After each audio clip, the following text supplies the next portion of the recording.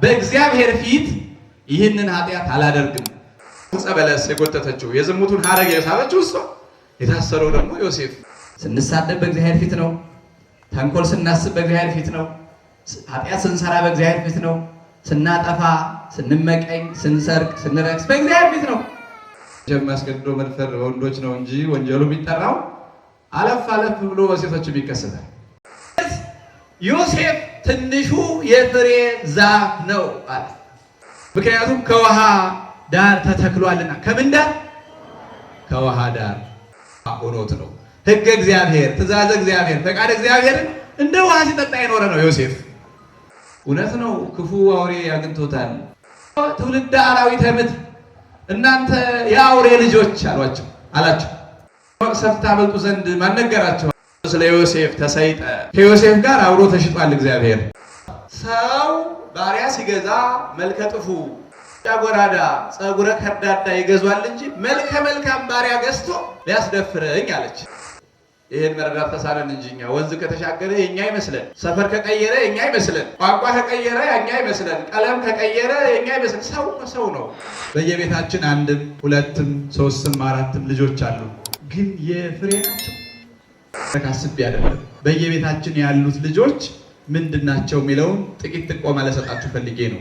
እኛ ኢትዮጵያውያን የምናውቀው ትውልድ መውቀስ ነው እንጂ ትውልድ መስራት አናውቅበትም። ወወልድ ወመንፈስ ቅዱስ አሐዱ አምላክ አሜን። ኦሪት ዘፍጥረት ምዕራፍ 49 ቁጥር 22 የሚገኝ ኃይለ ቃል ነው። የትምህርታችንም መነሻ የፍሬ ዛፍ የሚል ነው። የፍሬ ዛፍ ታላቁ አባታችን ከ22ቱ አበው አንዱ የሆነው እስራኤል ተብሎ ፈጣሪው የተሰየመው ያዕቆብ በእርግና ዘመኑ ሊሞት ሲቃረብ ልጆቹን ሲበርቃቸው ሲሰናበታቸው ለእያንዳንዳቸው በረከታቸውን አድሏቸዋል። የሚወቀሱትን ወቅሷል፣ የሚመሰገኑትን አመስግኗል። በጎ ነገር የሚጠብቃቸውን በጎ ነገር ትንቢት ተናግሮላቸዋል። እንዲሁ ደግሞ ከዚያ በተቃራኒ የሆነውንም በትንቢቱ ነግሯቸዋል። እና ይሄ ኦሪት ዘፍጥረት ምዕራፍ 49 የበረከት ምዕራፍ ነው የሚባለው። በረከተ ያዕቆብ ልጆቹን የተሰናበተበት ሊሞት ሲል ጠርቶ 12ቱን ልጆቹን የወደፊት የሚገጥማቸውንም እስካሁን ያጠፉ ያለሙትንም ነግሮ የተሰናበተበት ነውና ከዚያ መካከል ታናሹን ልጁን ዮሴፍን ሲመርቀው ቁጥር 22 ላይ ዮሴፍ ትንሹ የፍሬ ዛፍ ነው ይላል። እስኪ በሉት ዮሴፍ በሉ። ትንሹ የፍሬ ዛፍ ነው። እንዲህ ብሎ ነበር አባቱ ያዕቆብ የመረቀው። በምንጭ አጠገብ የሚያፈራ ፍሬ ዛፍ አረጎቹ በቅጥሩ ላይ ያድጋሉ ይላል። ቀስተኞች ደጋግመው አስቸገሩት ይልና ነደፉት፣ ተቃወሙት፣ ነገር ግን ቀስቱ እንደጸና ቀረ ይላል። እንግዲህ እንደምታውቁት ያዕቆብ የ12ቱ ነገደ እስራኤል አባት ነው። እስራኤል የሚለው ስም የእሱ ስም ነው። ልጆቹ እስራኤል የሚለውን ስም የወሰዱት ከሱ ነው። የመጀመሪያ ስሙ ያዕቆብ ቢሆንም እግዚአብሔር ኋላ ከእንግዲህ ወዲህ ስምህ ያዕቆብ አይሁን እስራኤል ይሁን እንጂ ብሎ ስም ያወጣለት እግዚአብሔር ነው። እንግዲህ እንደምታውቁት በእኛ ሀገር አንዳንዴ በጎ ሰው ሆኖ ሲገኝ ስሙም የሚያምር ሰውየውም ግብሩ የሚያምር ሲሆን ስምን መልአክ ያወጣዋል እንላለን አይደለም? ስሙና ግብሩ ተዋህዶ ሰውየው ግብሩ እንደ ስሙ ስሙ እንደ ግብሩ ሆኖ ሲገኝ ውይ የገሌን ስም ያወጣው መልአክ ነው፣ የገሊትን ስም ያወጣው መልአክ ነው፣ ስምን መልአክ ያወጣዋል እንላለን። አንዳንዴ የተባረከ ሲገኝ ከመልአክ አልፎ ስምን እግዚአብሔር ያወጣዋል። ሶራ የነበረችውን ሳራ ያለት ራሱ እግዚአብሔር ነው። አብርሃም የነበረውን አብርሃም ያለው ራሱ እግዚአብሔር ነው። ምክንያቱም አብርሃም ማለት የብዙዎች አባት ማለት ስለሆነ፣ ያዕቆብ ማለት አሰናካይ ማለት ነበረ። እስራኤል አለው የእግዚአብሔር ሰው የእግዚአብሔር ሕዝብ ማለት ነው። እግዚአብሔርን ያየ እግዚአብሔርን በጥበቃው በረድኤቱ የሚያየው ማለት ነው። እና አንዳንድ የተባረኩ ስሞች ከመላክ አልፎ ራሱ ባለቤቱ እግዚአብሔር ያወጣቸዋል። እና እስራኤል የሚለው ስም በያዕቆብ የወጣ ነው። እንግዲህ አረጋዊው ያዕቆብ በዘመኑ ብዙ በጎም ክፉም ያየ ትልቅ ሰው ነው። በሱ ዘመን ብዙ ልጆች ወልዷል። 12 ወንዶች ልጆች አሉት። አንዲት ሴት ልጅም አለችው። በዘመኑ ረሃብ ሆኖ ቤተሰቡን ሰብስቦ ወደ ግብፅ እስከ መውረድ ደርሷል። ከዚያ ቀደም ብሎም ዮሴፍ የሚባለው ልጁ ጠፍቶበት ዓይኑ እስኪጠፋ አልቅሷል። አዝኖ አልቅሶ ያዕቆብ ዓይኑ ጠፋ። ዮሴፍን ወንድሞቹ በህልሙ ምክንያት ጥሩ ህልም ያያሉ። ዮሴፍ ጥሩ ህልም ያያል። እንደው ፍሬያማ ዛፍ አይደለም ትንሹ የፍሬ ዛፍ ዮሴፍ ገና በሕፃንነቱ ጀምሮ ህልም ያያል። ወንድሞቹ ከእርሱ እግር በታች እንደሚሆኑ ፀሐይና ጨረቃ ሲሰግዱለት የወንድሞቹ ነዶዎች ለእሱ ነዶ ሲሰግዱ እንዲህ ያለ ህልም ያያል። ደግሞ ልጅ ስለሆነ ያወራል። እንዲህ እኮ ህልም አይቼ ዛሬ እኮ እንዲህ አይቼ አራታው እንደዚህ አትበል ይላል ያዕቆብ ወንድሞቹ እንዳይጣሉት ብሎ። ወንድሞቹ ደግሞ ይሄን እየሰሙ ጭራሽ ቅናት አደረባቸው። ቅናት ግም ነው፣ የሰይጣን ነው። ቅናትና ምቀኝነት የሰይጣን ናቸው። ሰው ለበጎ ለሚያጸድቅ ይቀናል እንጂ እገሌ ለምን ተሳካለት፣ እገሊት ለምን አገኘች፣ ለምን ሆነላት ብሎ መመቅኘት እንደው በከንቱ መድከም። የያዕቆብ ወንድሞች እንደዛ አይነት ስሜት ነበራቸው። ያውም አባቱ ያዕቆብ ከዚህ በኋላ ህልም ብታይ ለኔ ለአባት ነው እንጂ ለወንድሞች እንዳትናገር ይጣሉሃል አለ። እኔ በእድሜም ትንሽ ነው፣ ግን ያው ልጅ ስለሆነ ይነግራቸዋል። ወደፊት ደግሞ ትንሹ የፍሬ ዛፍ ስለሆነ እግዚአብሔር ኋላ የሚያፈራውን ፍሬ ቀድሞ ይነግረዋል። አሁን በበረሃ ከሰፈር በጣም ራቅ ባለ ቦታ ወንድሞቹ በግ ሲጠብቁ አባቱ ያዕቆብ ልጄ እስኪ ና እባክህ ወንድሞች ቀሩ ዘገዩ እና ስንቅ ያልቅባቸዋል ስንቅ አቀብላቸውና ብሎ ዮሴፍን ላከው። ዮሴፍ እንደውም ወደ 3 ቀን ያህል አጥቷቸው ብዙ ተንከራቶ ነው ያገኛቸው። ርቦት ጦሙን ውሎ አድሮ ስንቅ ይዞ ግን አባቴ ብላላለኝምና የወንድሞችን ስንቅ አልበላም ብሎ ጦሙን አድሮ ውሎ ነው ያገኛቸው። መጨረሻ ከርቀት ሲያዩት መጣ፣ ያ ህልመኛ መጣ። እስኪ እናያለን ህልሙ ምን ሊያደርግ እንደሚችል ከኛ እጅ ያድነው እንደሆነ እናያለን ብለው እስኪ ይመጣላቸው ጠብቀው ሲመጣ አንዱ በጥፊ አንዱ በእርግጫ ምን ይዞ ነው የመጣው? ምን ይዞ ነው የመጣው? ስንቃቸውን ቀለባቸውን እኮ ነው ይዞ የመጣው። መርዶ ይዟል መጣ። አሁን ዮሴፍ ይመታል፣ ትንሽ ወንድማቸው ነው። ግን ቅናት ክፉ ነው። ክርስቶስ እኮ አይሁድ በጥፊ የመቱት ምንም አላደረጋቸውም። ቅናት ይዟቸው ነው እንጂ ድውይ ነው የፈወሰው። ዘመዶቻቸውን ነው እኮ ሲያድን የሰነበተው። ህብስት አበርክቶ ነው ያበላው። አጋንንት የያዛቸውን ነው ያወጣላቸው። ለምጻሞቹን ነው ያነጻው። የጎበጡትን ነው ያቃለው። የአልጋ ቁራኛ የደዌ ዳኛ ይዟቸው ረጅም ዘመን የኖሩትን ነው ከዚህ እስራት የገላገላቸው። አሁን ክርስቶስ በጥፊ ይመታ ነበር፣ ግን ቅናት ግም ነው። እነዚህ የዮሴፍ ወንድሞች የአይሁድ ምሳሌዎች ናቸው። ዮሴፍ ደግሞ የጌታ ምሳሌ ነው። ዮሴፍም ተሽጧል፣ ጌታም ተሽጧል። ዮሴፍም በጥፊ ተመቷል፣ ጌታም በጥፊ ተመቷል። እና ቅናት ክፉ ስለሆነ በጥፊ በእርግጫ በጥፊ ያሉና ለብቻው አስረው አስቀምጠው እሱን አንድ በክረምት ውሃ የሚያቡር ጉድጓድ ውስጥ አስገብተው ከዛ በኋላ ምግባቸውን በሉ። መጀመሪያ እንብላና ኋላ የምናደርገው እናውቃለን ብለው ምግባቸውን በሉ። ከዚያ በኋላ እንግደለው ተባባሉ።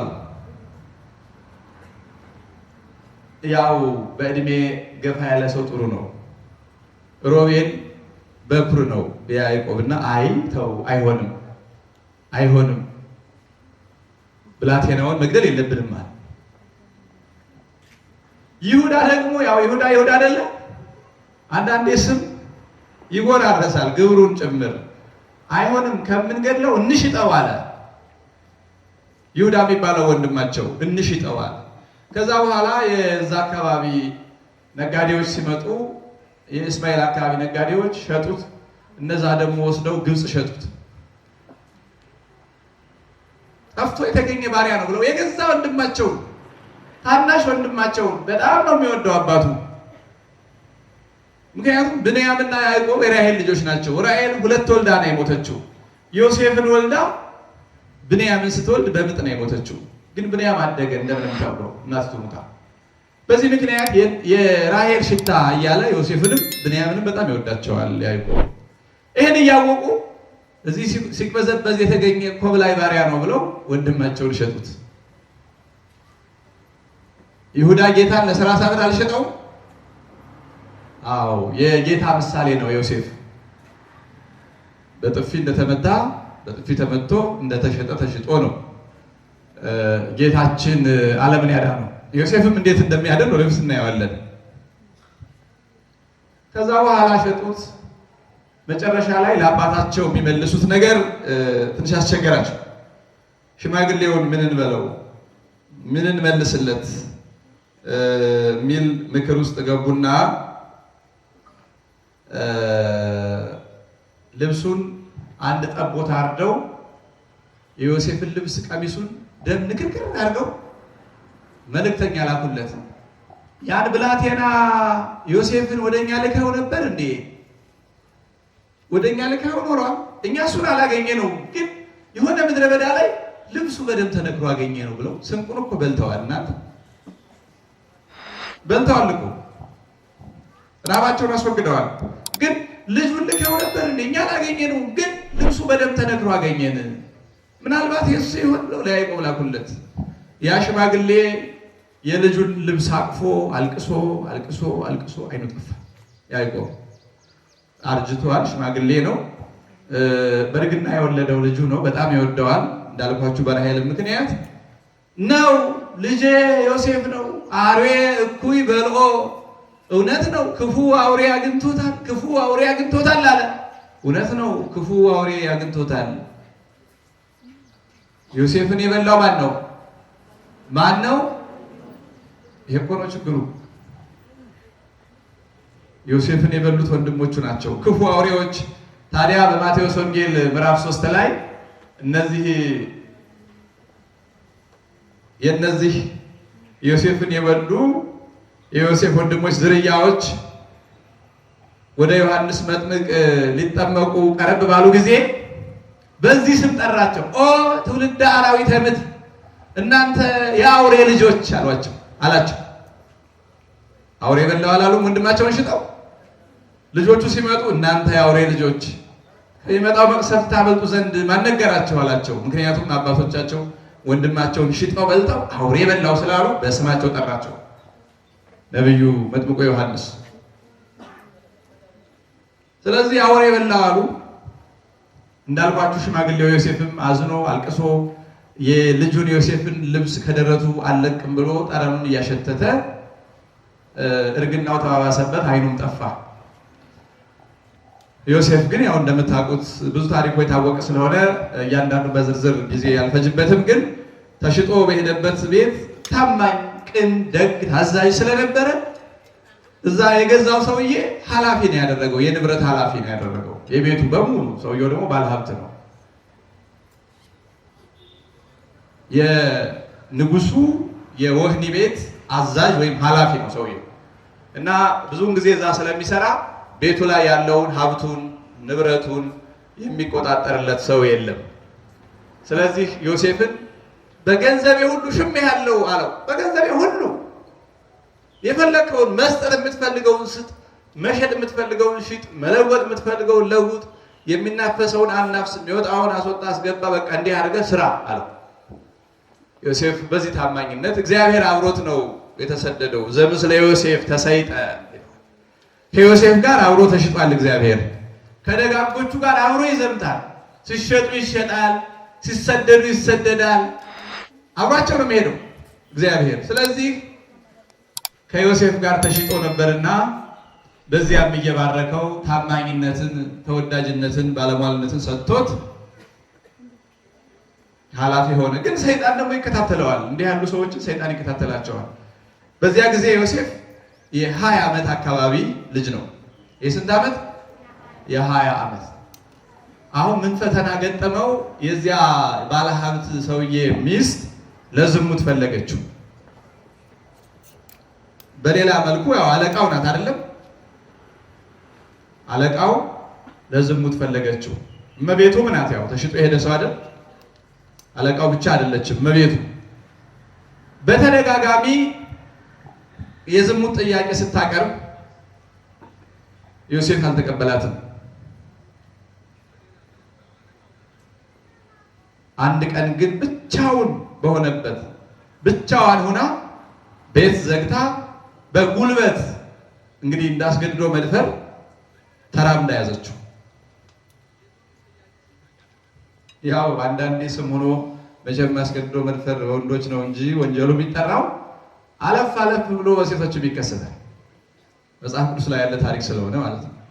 ዮሴፍ አምልጧት ሄደ። ምንድነው ያላት? ዝም ብሎ አይደለም ያመልጣት። በእግዚአብሔር ፊት ይህንን ኃጢአት አላደርግም። በእግዚአብሔር ፊት በሉ እስቲ ይህንን ኃጢአት አላደርግም። እስኪ በደንብ አስቡት። ያንን ሁሉ ኃጢአት ስናደርግ በእግዚአብሔር ፊት ነበር ወይስ እንዴት ነው? አያይም ነበር? አያውቅም ነበር? አይሰማም ነበር? እግዚአብሔር ከመካከላችን አልነበረም? መቼስ እያንዳንዳችን የተሰወረ ጉዳለን አይደለም እንዴ? ለካ ያን ሁሉ ስናደርግ ያይናል። ልብ አተን ነው እንጂ። ልበኛው ዮሴፍ፣ ትንሹ የፍሬ ዛፍ ዮሴፍ ግን እንዴት በእግዚአብሔር ፊት ይህንን በደል እሰራለሁ? በማን ፊት? ስንሳደብ በእግዚአብሔር ፊት ነው። ተንኮል ስናስብ በእግዚአብሔር ፊት ነው። ኃጢአት ስንሰራ በእግዚአብሔር ፊት ነው። ስናጠፋ፣ ስንመቀኝ፣ ስንሰርቅ፣ ስንረክስ በእግዚአብሔር ፊት ነው። እግዚአብሔር ሁልጊዜ በፊታችን ነዋ። ሁልጊዜ አየዋለሁ ብሏል ቅዱስ ዳዊት እኮ። እግዚአብሔር በፊቴ ነው፣ ምን ጊዜም በፊቴ ነው። ሁልጊዜ አየዋለሁ። እኛ ችግሩ አናየው። አለማየት እኮ መኖሩን መዘንጋት ነው። እኛ ሰው ካላየን ጭንቅ የለብንም። የተሰወርን ይመስለናል። እንደ ዮሴፍ ያሉ ልባሞች ግን በየትኛውም መብራት ቢጠፋ ሰው ባይኖር ምድረ በዳ ቢሆን እግዚአብሔር ከፊታቸው እንዳለ ያውቃሉ። ስለዚህ በእግዚአብሔር ፊት ይህንን በደል እንዴት አደርጋለሁ ብሎ አምልጦ ሲሄድ ቀሚስ ነበር የለበሰው። ከኋላ ቀሚሱን የያዘችው ቀሚሱ ተቀደደ። አምልጧት ሄደ። ወጣትም ስለነበር ከዚያ በጣም ተናደደች፣ ተቆጨች፣ አፈረች።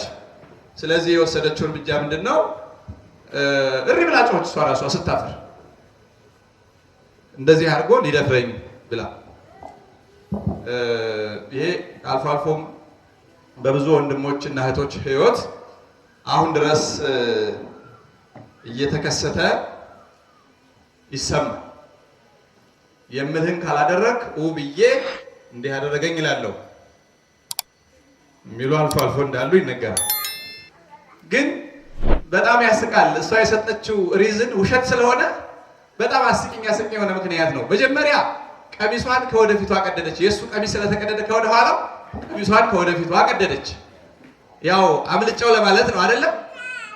ሁለተኛ ስትጮህ ጎረቤት፣ ዘመድ አዝማድ፣ የባሏ ጓደኞች ሲመጣ ምንድን ነው አሏት።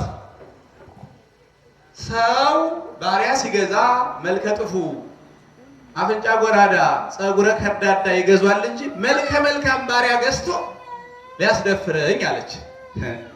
መልከ መልካምነት፣ ስለዚህ መልከ መልካም ከሆነ ማን ነው ማለት ነው ሊደፍር ሙከራ ያደረገው? እንዲሁ መስክራለች እኮ ሳታውቀው።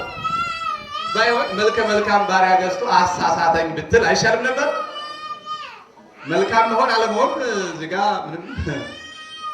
መልከ መልካም ባሪያ ገዝቶ ሊያስነውረኝ አለች። ይኸው ቀሚስ የተቀደደ አለች። ቀሚሷ ከወደፊቷ የተቀደደው ሩጬ ሳመልጥ ነው አለች። አህዛብ ደግሞ ፍርድ ይጠነቅቃሉ።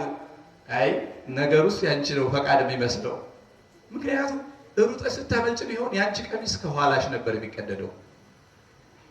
እንዴት የእሱ ከኋላው ያንቺ ከፊትሽ እንዴት ተቀደደ? ወደ ኋላ ትሄጂ አንቺ አሏት። በዚያ ላይ ደግሞ መልከ መልካም ቆንጆ ባሪያ አፍንጫው ሰልካካ ገዝቶ አለሽ። ስለዚህ ወደሽዋል ማለት ነው። ቢሆንም አንቺ የሀገራችን አብሮ አደጋችን በቤታችን ነሽ። እሱ የማናውቀው ዘመድ የለሽ ነው። ግን እኮ ጎበዝ ሁሉም ያዳም ልጅ ነው አይደለም? ይሄን መረዳት ተሳነን እንጂ እኛ ወንዝ ከተሻገረ የኛ ይመስለን። ሰፈር ከቀየረ የኛ አይመስለን፣ ቋንቋ ከቀየረ የኛ አይመስለን፣ ቀለም ከቀየረ የኛ አይመስለን። ሰው ነው።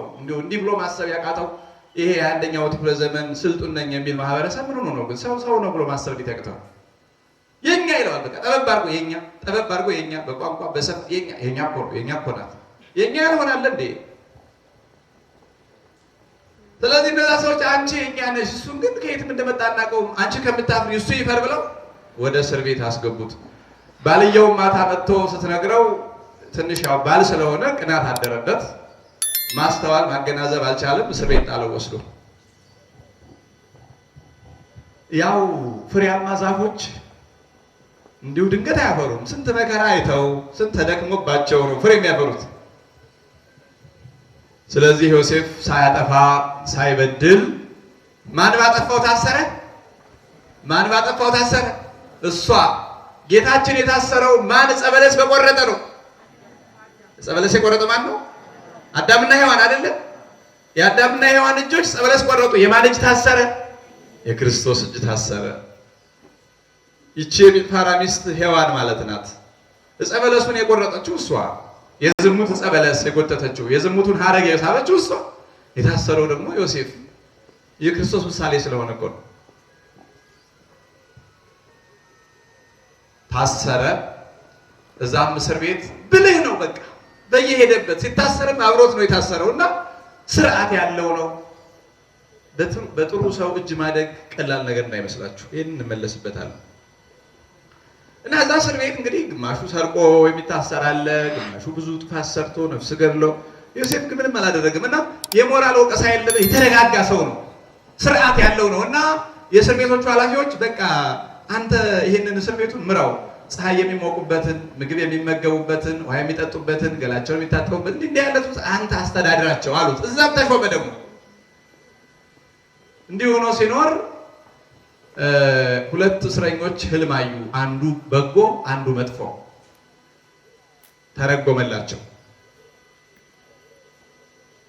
ተረጎመላቸው።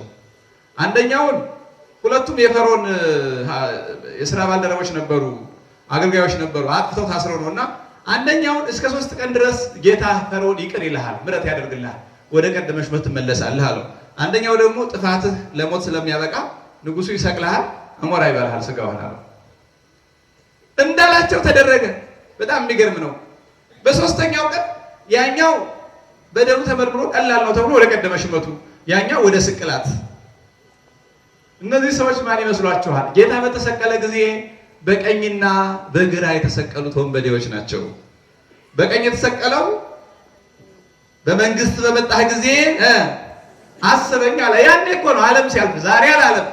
ጌታ ግን መሐሪ ነውና መንግስቴን ከተመኘህ ዓለም ሲያልፍ አይደለም ዛሬ ከኔ ጋራ በገነት ትኖራለህ አለው። አዳምን ቀድሞ ገነት ገባ፣ ወደ ሹመት ይመልሳል አለው አይደለም?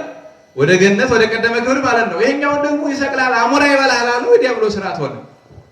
ክርስቶስና ጌታ በጣም ከፍተኛ ምሳሌ ነው ያላቸው ነገራችን። ከዚያ በኋላ ዮሴፍ አንድ ትንሽ ስህተት ሰራ። ይሄኛው የተረጎመለት በቅርብ ቀን ጌታ ይሾምሃል፣ ወደ ቀደመ ስልጣን ይመልስሃል ሲለው አንድ ስህተት ሰራ። አዘክረኒ በቅድመ ፈርዖን እግዚእከ። እንግዲህ እሱ አጋዡ፣ ረዳቱ፣ ደጋፊው እግዚአብሔር ነው። እግዚአብሔርን ዘነጋና ድጋፉን በሰው ላይ ያደረገ። ምን አለ? በቃ ንጉሱ ከ3 ቀን በኋላ ወደ ቀደመ ስልጣን ይመልሳል፣ እባክህ በፈርዖን ዘንድ አማልደኝ፣ ንገርልኝ፣ እኔ ሳልበድል የታሰርኩ ሰው ነኝ አለ። የዮሴፍ ረዳቱ እግዚአብሔር ነበርና እንዲህ ማለቱ እንደ በደል ተቆጥሮበት ያም ሰውዬ ረሳው። ሰው የራሱን ጥቅም ካገኘ ሲሾም ፈርዖን ዮሴፍ ይኑር አይኑር ዝም አላለው። ጭራሹን 2 ዓመት ዝም ብሎ ታሰረ። ዮሴፍ ፀጉሩ አድጎ መልኩ ጠፍቶ ብዙ 2 ዓመት ታሰረና ከ2 ዓመት በኋላ ንጉሱ ከበድ ያለ ህልም አይቶ ማን ይፍታው? ያ ቢባል ይፈታ ጠፋና ያ ሰውዬ ትዝ አለው። ያን ጊዜ እዚህ ከራ ለኃጢአቴ አላይ በጣም አጥፍቻለሁ፣ የዛሬ 2 ዓመት አደራህን አስታውሰኝ ብሎ ሲያበቃ ምን ነክቶኝ ነው ምናምን ብሎ ንጉስ እዚያ እስር ቤት አንድ ሰው አለ፣ እኔና ጓደኛ ህልም አይተን በጓደኛ የተረጎመበት ሆነበት፣ ለኔም ተረጎመልኝ ሆነልኝ፣ ስለዚህ እሱ ነው የሚፈታልህ አለው። ያኔ ዮሴፍ ፀጉሩ ተላጭቶ ገላውን ታጥቦ ልብስ ተቀይሮለት መጥቶ የፈርዖንን ህልም ተረጎመ። ይሄ በግብፅ የነበረውን የረሃብ ዘመን ወደፊት 7 ዓመት ጥጋብ፣ ከ7 ዓመት ጥጋብ በኋላ 7 ዓመት ረሃብ እንደሚመጣ ፈርዖን ያያቸውን በሙሉ ተረጎመ።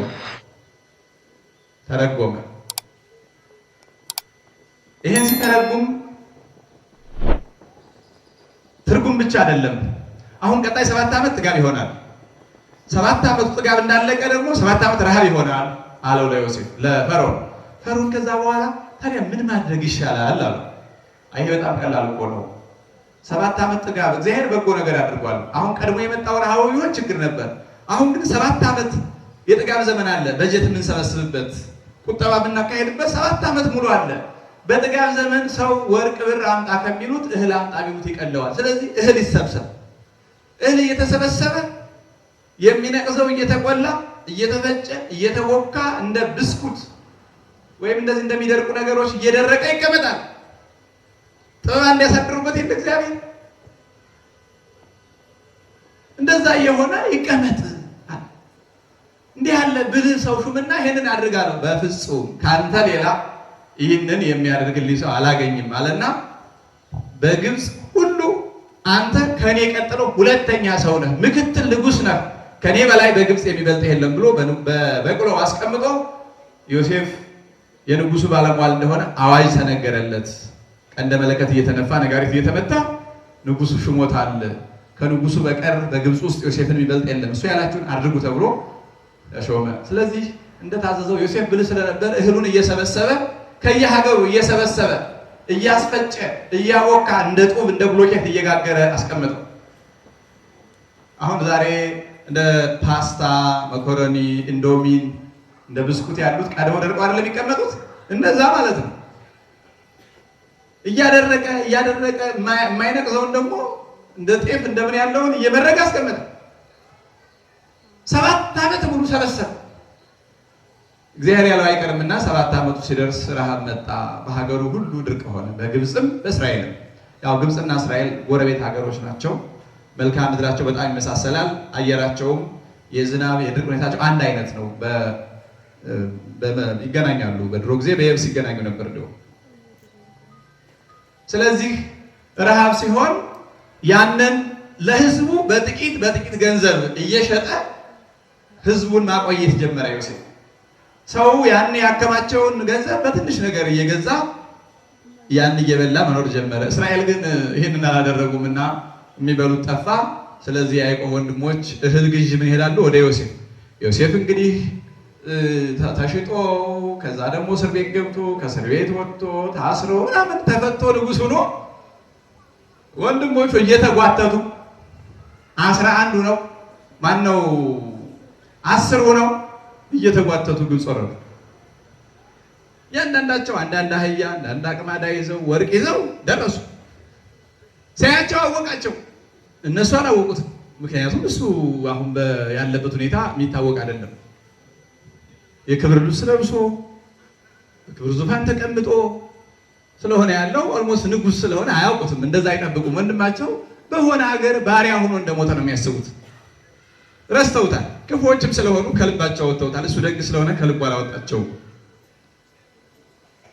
ያው እግዚአብሔር እኛን አይረሳንም። እኛንን ከልባችን የምናወጣው ወደ ኃጢአት ስንዘምት፣ ወደ በደል ወደ ክፋት ስንሄድ የምንረሳው እኛንን ጥቅልል አድርገን። እግዚአብሔር የትም ብንሆን እኮ አይረሳንም። ስንበድል ራሱ እኮ አይረሳንም። ቢመለሱ እያለ ይጠብቀናል። በሩን ከፍቶ ይጠብቀናል። እጁን ዘርግቶ ይጠብቀናል። አይረሳንም። እግዚአብሔር ፍጥረቱን አይረሳም። እግዚአብሔር አራያውን የሰውን ልጅ አይረሳም። እኛንን ጭልጥ ስንል አንዲያችን ወደ ምቾት ወደ ስንገባ በቃ ረስተነው እና የዮሴፍ ወንድሞች ረስተውታል። እሱ ግን አልረሳቸውም። እዚያ በኋላ ስላወቃቸው ምንድን ናቸው አላቸው። ከከነዓን እህል ልንገዛ መጣን። መልካችሁ ደግሞ ይመሳሰላል። አዎ የአንድ ሰው ልጆች ነን። እንዴ አንድ ሰው እንዴት እንዲህ አድርገው አንድ አይነት 10 ወንድ ልጅ ይወልዳል? ኧረ እኛ እንደውም 12 ነበር። እና 2 የት አሉ? አንዱ ሕፃን ስለሆነ ቤት ትተነው መጣ። አንዱስ በልጅነታችን አውሬ በላው አሉ። በቃ አምነዋል እኮ ግን እኮ ሽጠውት ነው አይደል? ያው ዝሮ ሲደጋገም ውሸት እውነት ይመስል የለ አምነዋል እነሱና ወሬ በላው። ስለዚህ እኛ አሁን 11 አለንና ሽማግሌ አባት አለ ምናምን አሉ። አልችላለ ዮሴፍ ወደ ቤት ገብቶ አለቀሰና እንባውን ታጥቦ እኔ ከመጽሐፍ ቅዱስ ታሪክ በጣም አንጀቴን ከሚበሉኝ አንዱ ይሄ ነው። አሁንም ባነበው ደጋግሜ ትንሽ ይረብሸኛል። ወደ ጓዳ ገብቶ እንባው ሲያስቸግረው ይናፍቁታል እኮ እሱ እንደነሱ አልጠላቸውም፣ ሊበቀላቸው አልፈለገም፣ ከልቡ ቂም የለም።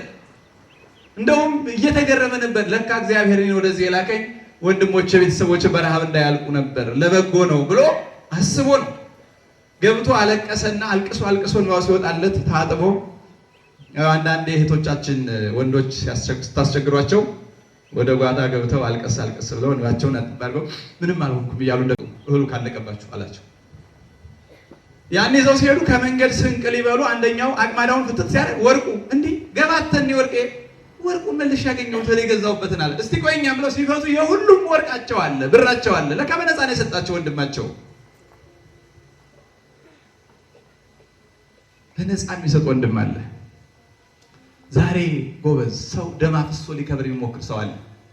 ሰው አራያ እግዚአብሔር ሰው መሆኑ ብቻ አይደለም፣ አንገቱ ላይ ማተብ ያለው ሰው ገሎ ሰው አግቶ ዘርፎ ሀብታም ሊሆን የሚሞክር ሰው አለ። ወዴት እየሄድን ነው? ምን ሆነናል?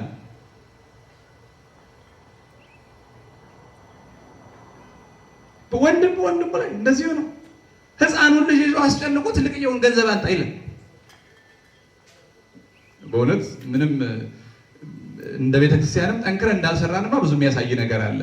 ስለዚህ ዮሴፍ እንዲህ አድርጎ ላካቸው። ሄደው ለአባታቸው ነገሩት። የሀገሩትን እንደዚህ ብሎን መጀመሪያ ጠርጥሮን ነበር፣ ከዛ ስናስረዳ ወራራልን፣ አበላን፣ አጠጣን፣ ደግሞ እንደገና ወርቃችን በየአቅማዳችን አገኘን ምናምን አሉ። ብዙ ተረኩለት። ከዛ አይ ትልቅ ሰው አይደል ያዕቆብ፣ ይሄንን ወርቅ አስቀምጡ፣ ምናልባት ለፈተና ሊሆን ይችላል። ያው እህሉ ካለቀም ቀጣይ ስትሄዱ ይዛችሁ መሄድ ይኖርባችኋል። ምን ይታወቃል? አይ ድጋሚ ከመጣችሁ ትንሹን ልጅ ሳትይዙ እንዳትመጡ ብሎናል አሉት። ከዛ በኋላ እስኪ ብሎ እየበሉ እየጠጡ ያው የሸመታ እህል እንደምታውቁት ነው። የሸመታ እህልና የከተማ ሰው ያው ይተዋወቃል። በየወሩም በየሁለት ወሩም ሁሌ ገበያ ነው አይደል? ወፍጮ ቤትም ገበሬ እንደሆነ ያው አንዴ ታርጎ በጥቅምት በዳር ያስገባል። እንግዲህ ከርሞ ነው። ስለዚህ አለቀ የሸመታ እህልና ልጆቼ እንዴት ይሆናል በረሃባና ድጋሚ ሂዱ እንጂ አላቸው። እንዴ ወንድማችን ካልያዝን ሰውየው አይቀበለንም። አይ እዚህ ቀደም ዮሴፍን አሳጣችሁኝ፣ አሁን አጠቃላይ የራሔል ልጆች እንዲያልቁ አልፈልግም አለ። እንግዲያውስ አንሄድም፣ ሰውየው ክፉ ዓይን አሳይቶናል አሉት። ምን አማራጭ አለ? በቃ እዚህ በረሃብ ከሚሞት ምን ይደረጋል፣ ይዛችሁት ሂዱ አለ። ከዛ በኋላ አዲስ ብርና ወርቅ መግዣ ቀድመው ደግሞ ይዘውት የተመለሰውን ወርቅ አድርገው ትንሽ ወንድማቸውን ይዘው እንደገና ደግሞ ግብፅ ወረዱ። ከዛ በኋላ ዮሴፍ የበለጠ ያንን ትንሽ ወንድሙን ሲያይ አንጀቱ ተንሰፈሰፈ። በጣም ናፍቆታል።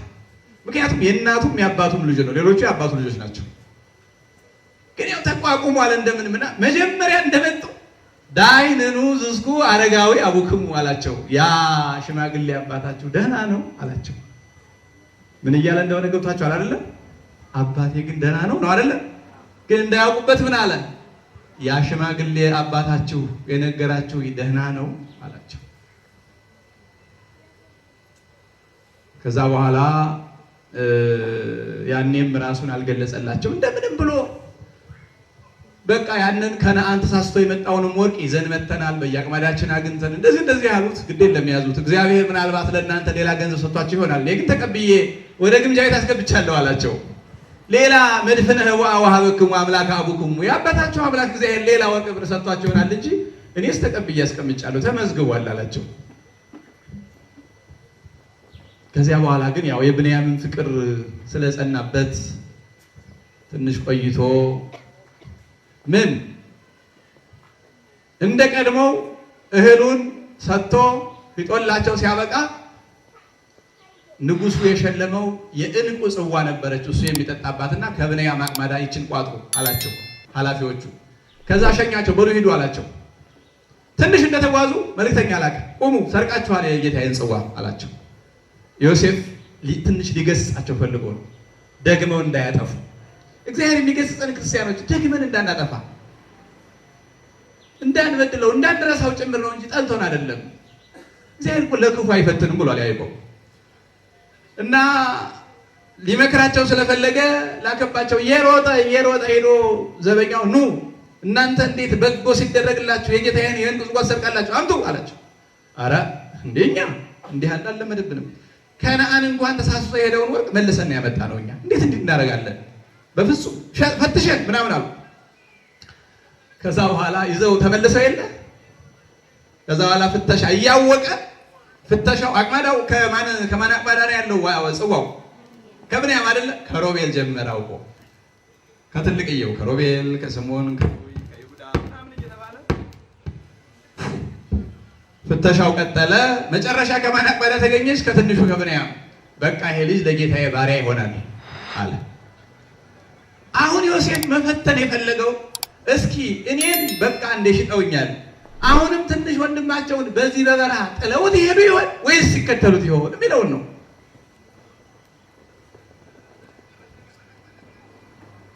ይሄን ልጅ ባሪያ ያደርገዋል ጌታዬ ሲል አይሆንም እንመለሳለን አሉ። ሁሉ እኔን አሉ። ሮቤልም በኩር ስለሆነ ይሁዳም ቃል ገብቷል ይሄን ትንሽ ልጅ ባላመጣው የኔን ልጅ ግደል አለ። የዋ ስለሆነ የልጅ ልጅ እኮ አይወልዱትም ልጅ ነው አይደል? ስለዚህ አንመለስም አሉ። ወንድማችን አባታችን በዚያኛው ልጅ መሞት አይኑ ጠፋ፣ በሐዘን ተጎዳ። አሁን ግን ወደ መቃብር ይወርድብናል። ወንድማችን ትተን አንሄድም፣ እኔን እሰረኝ አሉ። ከዚያ በኋላ መልሶ ወደ ዮሴፍ ይዟቸው ሄደ። ዮሴፍም ራሱን ገለጸላቸው። አንገት ለአንገት ተያይዘው ተላቀሱ። ደንግጠው ነበር። አትፍሩ፣ አትደንግጡ። እናንተ ለክፉ ብታደርጉት እግዚአብሔር ለበጎ አድርጎታል። ይኸው ለዚህ ቀን ነበር እኔን እግዚአብሔር ወደዚህ የላከኝ። እናንተ ጥፋት መስሏችኋል እንጂ ለካ በጎ ቆይቷል ብሎ ማዕድ ሰርቶ በማዕድ ሲቀመጡ ምን አደረገ መሰላችሁ? ከትልቁ ጀምሮ በተዋረድ ተቀመጡ አላቸው። ብንያም በጣም ስለናፈቀው ካጠገቡ እንዲቀመጥ ፈልጓል። አሁን በእድሜ ወደ ታች እንደኛ አቀማመጥ እንዲቀመጡ ብንያም እዛ ታች ነው የሚቀመጠው። ስለዚህ ምን አድርጎ አስቀመጣቸው? ሮቤል ከኔ ጎን ከዚህ ትልቅየው እንዲህ ክብ ሰርታችሁ ተቀመጡ፣ ትንሹ እዚህ ይሁን አለ። በግራ እጁ እያቀፈ ሊያጎርሰው ፈልጎ ነው። በጣም ናፍቆት። ስለዚህ ከሱ ቀጥሎ ሮቤል፣ ሌዊ፣ ስምዖን፣ ይሁዳ ምናምን እያለ ብንያም መልሶ ከጎኑ ተቀመጠ። በኩሩም ትንሹም ከዚያ በኋላ እየተጫወቱ በዚህ መንገድ ተመገቡ። ዛሬም ድረስ የአስቄጥስ ገዳም መነኮሳት በገዳሙ ቤተ እግዚአብሔር ለምግብ ሲቀመጡ የገዳሙ ኃላፊ በእነሱ ሊቀ ጳጳስ ስለሆነ ሊቀ ጳጳሱ ይቀመጣል። ከመነኮሳቱ በክብር ትልቅ የሆነው ቀጥሎ ይቀመጣል። ቀጥሎ የመጨረሻው ትንሹ ወይም ቅርብ ቀን የመጣው ወጣኒ መናኝ ከኤጲስቆጶስ ጎን ይቀመጣል። እንዲመክረው እንዲገስጸው ይላሉ። የሰው ልጅ ልብ የሚገኝ በግራ በኩል ስለሆነ ከልቤ እወድሃለሁ እግዚአብሔርም ከልቡ ይወድሃል ብሎ ከልቡ እንደሚወደው ከጎኑ አስቀምጦ እየመከረ ገዳሙ እንዳይለቅ ሊያደርገው ነው ይላሉ የአስቄጥስ መነኮሳት። አሁን ድረስ ያንን የዮሴፍ አቀማመጥ ይጠቀሙበታል። እንግዲህ በዚህ መንገድ ዮሴፍ ራሱን ገልጾ ከዛ በኋላ በሉ እንግዲህ እህል ሰጥቶ አሁን የረሃቡ ዘመን ገና ረጅም ጊዜ ቀርቷል። የማይሆን ነገር ስለሆነ አባቴን ይዛችሁ ኑ፣ ቤተሰቡን ሁሉ ይዛችሁ ኑ ብሎ ያው እንግዲህ አባቱን ይዘው መጡ። 215 ዓመት ሙሉ በግብፅ ኑረው አባታቸውም ዮሴፍም ብዙዎቹ እዚያ ግብፅ ላይ ነው ያለቁት እና እዛው ግብፅ ላይ ሊሞት ሲቃረብ ያዕቆብ ልጆቹን ጠራቸው። ኦሪት ዘፍጥረት ምዕራፍ 49 ከቁጥር 1 ላይ ያዕቆብ ልጆች በረከት ነው የሚባለው እና ጠራ። ከሮቤል ጀምሮ ሮቤል ብዙ ጥፋት አጥፍቶ ነበረ። የማይገባ ስራ ሰርቷል። ሮቤል ወልዴ ርዕሰ ጥባኔ ጸነ ከመማይ የልጅነቴ የኃይሌ ልጅ መጀመሪያ የወለድኩት ግን እንደ ውሃ ዋለለ፣ ኃጢአት ሰራ። ግን እግዚአብሔር ይቅር ይበለው ለልጄ ለዮሴፍ ራርቶለታልና። ኋላ ነግረውታል። እንግደለው ሲሉ አይሆንም ስላለ ጥፋት አጥፍቷል፣ አሳዝኖኛል፣ በድሎኛል፣ ግን ለልጄ ለዮሴፍ ራርቶለታልና እግዚአብሔር ምሕረት ያደርግለታል። ግን ሮቤል ብዙ ጥፋት ስላጠፋ ጥፋቱን ተውታውን እዚህ አንዳንድ ጥፋቶች ለህዝቡ አለመንገርም ጥሩ ነው እና ይሁን ትምህርት ስለሚሰጡ ሮቤል በኩር ነው፣ ግን ክህነቱ ለሌዊ መንግስቱ ለይሁዳ ነው የተሰጠው። ሮቤል ይሄን ጥፋት ስላጠፋ ይሄን ክብሩን አላገኘም። ሌሎቹንም ወቅሷቸዋል። በተለይ ይሁዳን ከይሁዳ ነገር ክርስቶስ እንደሚወለድ እነ ዳዊት እነ ሶሎሞን ነገስታቱ ከይሁዳ እንደሚሆኑ በዝርዝር ነግሮታል። በጣም ይገርማል። ቁጥር 22 ላይ ሲደርስ ከዮሴፍ ሲደርስ ዮሴፍ ትንሹ የፍሬ ዛፍ ነው አለ። ዮሴፍ ምንድነው? ክርስቲያኖች ምንድነው? ትንሹ የፍሬ ዛፍ። ሐረጉ በቅጥሩ ላይ ይሆናል። ጠላቶቹ ብዙ ይታገሉታል፣ ግን እንደጠነከረ ይቀጥላል። ምክንያቱም ከውሃ ዳር ተተክሏልና። ከምን ዳር? ከውሃ ዳር። ዛፍ እንደለመለመ እንዳማረ የሚቀጥለው ከምን ዳር ሲተከል ነው? ከውሃ ዳር። ይሄ ግን እኮ ዛፍ እንዲህ የሚያምረው እኮ እዚህ ጎን ጣና ስላለ ነው። ከውሃ ዳር ዮሴፍ በትክክል ከውሃ ዳር የተተከለ ዛፍ ነው። ያዕቆብን ያህል ትልቅ አባት አላቸው። መክሮ ገስጾ ኃጢአትን እንዲጸየፉ አድርጎ የሚያሳድግ ያውም እንኳን እነዛኞቹ ወንድሞቹ ይሄን እየተመከሩ አልተጠቀሙበትም። ዮሴፍ ግን በትክክል በአግባቡ ያደገ ነው። በየደረሰበት የሚያስመርጠው የአባቱ ምክርና ተግሳጽ እንደ ውሃ ሆኖት ነው። ሕገ እግዚአብሔር፣ ትእዛዘ እግዚአብሔር፣ ፈቃድ እግዚአብሔርን እንደ ውሃ ሲጠጣ የኖረ ነው ዮሴፍ። ትንሹ የፍሬ ዛፍ በእድሜ ምክንያቱ 11ኛ ነው እኮ ዮሴፍ። ብንያም 12ኛ ነው። እንግዲህ ዛፍ እንደምታውቁት ስር አለው፣ መሰረት አለው፣ ቅርንጫፍ አለው፣ አበባ፣ ቅጠል፣ ፍሬ አለው አይደለም? መጨረሻ ላይ ያው የሚበላው ፍሬው ነው አይደለ? እንደው አንዳንዱ እንደ ሸንኮራ አገዳ ያለው ካልሆነ በስተቀር የሚበላው ፍሬው ነው።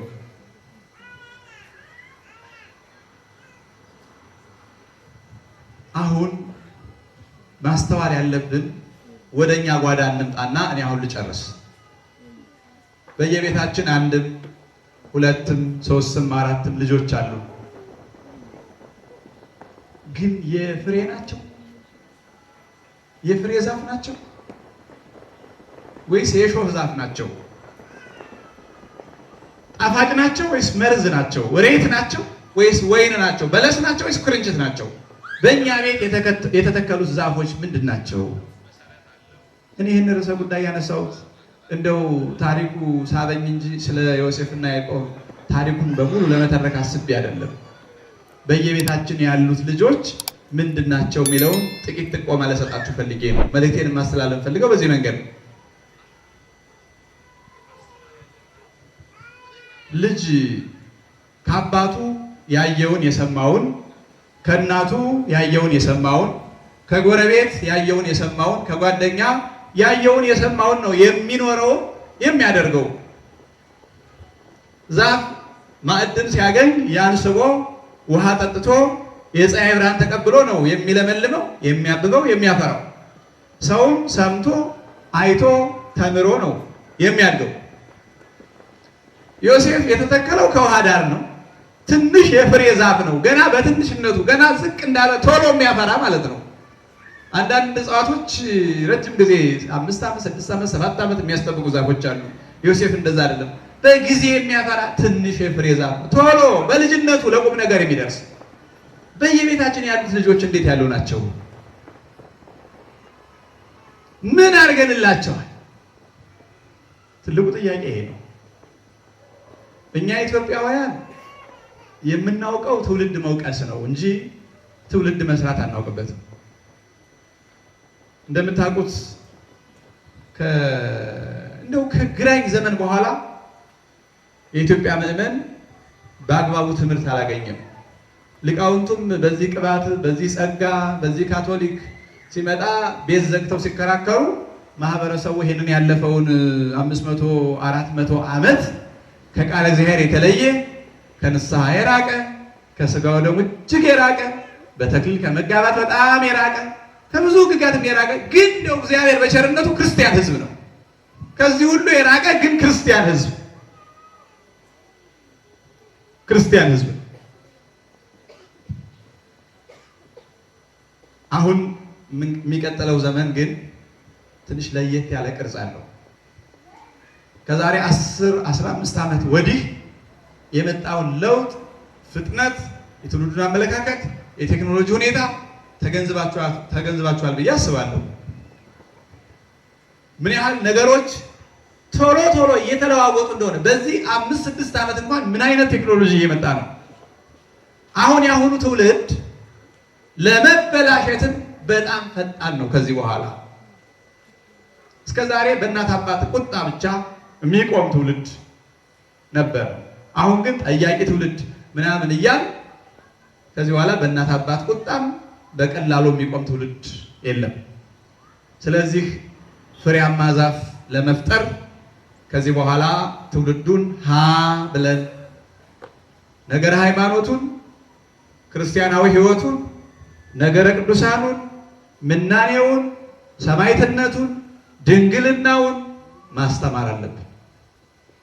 ይህን ሳናደርግ ቢዘርፈን ቢገፈን በማን እናኮርፋለን? ምን ሰርተን? እንደ ገበሬው ውሃ ሳያጠጣ ሳያጥር ሳይኮተኩት ሳይጠብቅ ዛፉ ለምን አላፈራ? ዛፉ ለምን ደረቀ ይላል እንዴ? አይባልም። በኢሳይያስ እንኳ የተጻፈው የተወቀሰው የወይን ሐረግ ሁሉም ተደርጎለት መሬቱ ተኮትኩቶለት ተለስልሶ ዘር ተመርጦ መጥመቂያ ተዘጋጅቶለት ጠባቂ ተሹሞለት፣ ግን በአጋጣሚ ወይኑ ሆምጣጤ ያፈራና አሁን ለዚህ ወይን ምን ያላደረኩለት ነገር አለ? በእኔና በወይኑ መካከል ፍረዱ አለ ይላል እግዚአብሔር። እንግዲህ የወይኑ ቦታ እግዚአብሔር ነው። ወይን እስራኤል ናቸው። ለእስራኤል አትግደል፣ አትስረቅ፣ አታመንዝር ብሎ ሕግ አጽፎ ኦሪትን ሰጥቶ ነቢያትን ሹሞ ካህናቱን መስዋዕቱን ሰጥቶ ያም ሆኖ ይበድላሉ።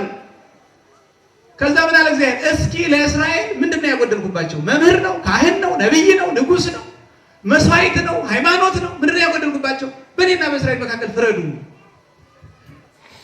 ሁሉን አድርጎላቸው። አሁን ግን እኛ ለልጆቻችን ምንም አላደረግንላቸው።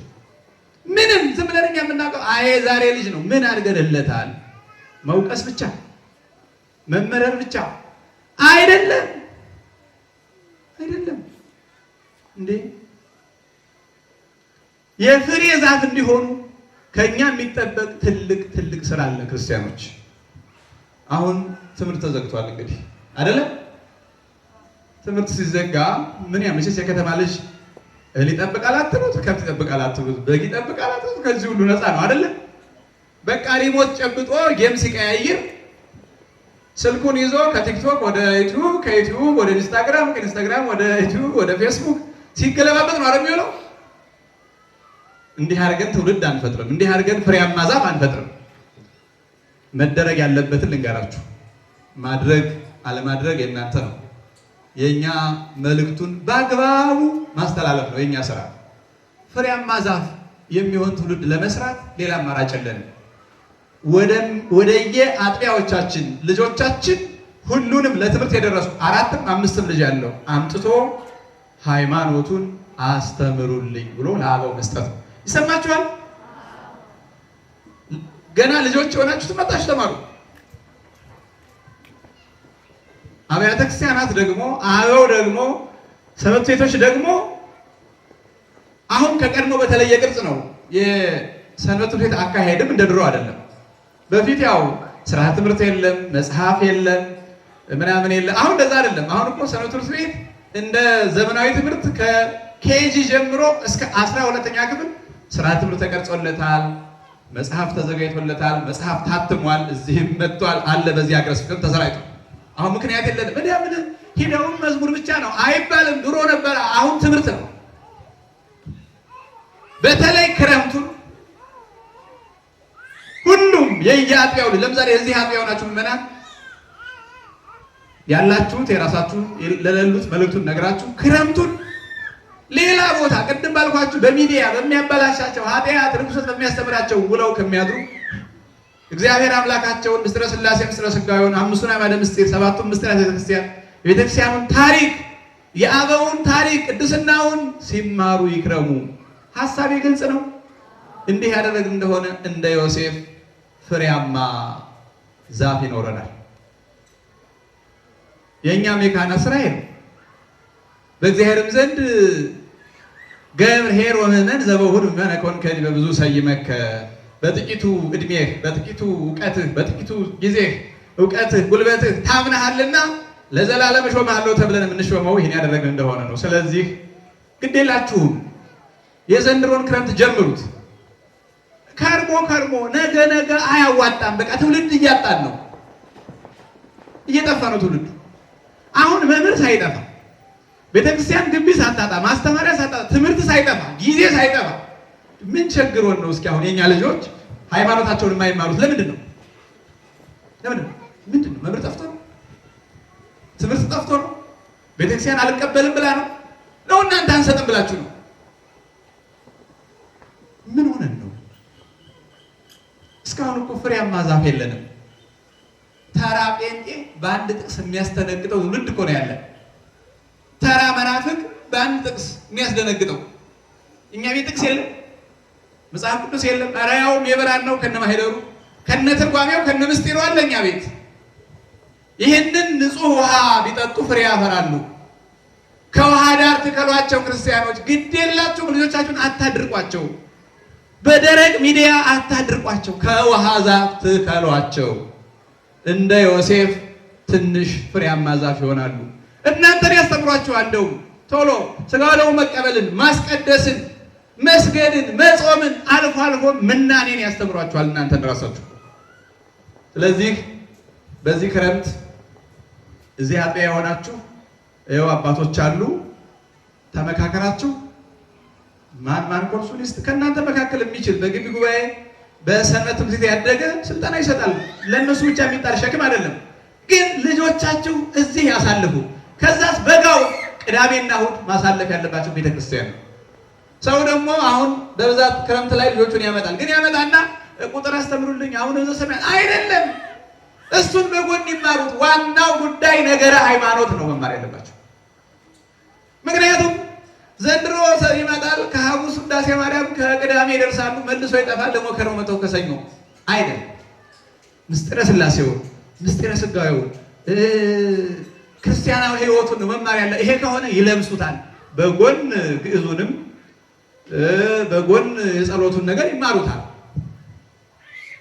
ስለዚህ ይህን ክረምት በዚህ መንገድ የማያሳልፍ ወላጅ እና የማያሳልፍ አጥቢያ ሞኝ ነውና ዮሴፍ ትንሽ የፍሬ ዛፍ የሆነው መጀመሪያም አባቱ ያዕቆብ ኋላም እሱ ራሱ ትእዛዝ እግዚአብሔርን ባይምሮ አውቆ በሕግ እግዚአብሔር በትእዛዝ እግዚአብሔር በፈቃድ እግዚአብሔር ስላደገ ነውና የእኛ ልጆች በትእዛዝ እግዚአብሔር በፈቃድ እግዚአብሔር በምስጢረ መጻሕፍት በቅዳሴ በጸሎት እንዲያድጉ ትምህርት ከዘጋበት ቀን ጀምሮ አምጥታችሁ እናንተው ራሳችሁ ትምህርት ቤቱን አጠናክራችሁ አስተምሩ።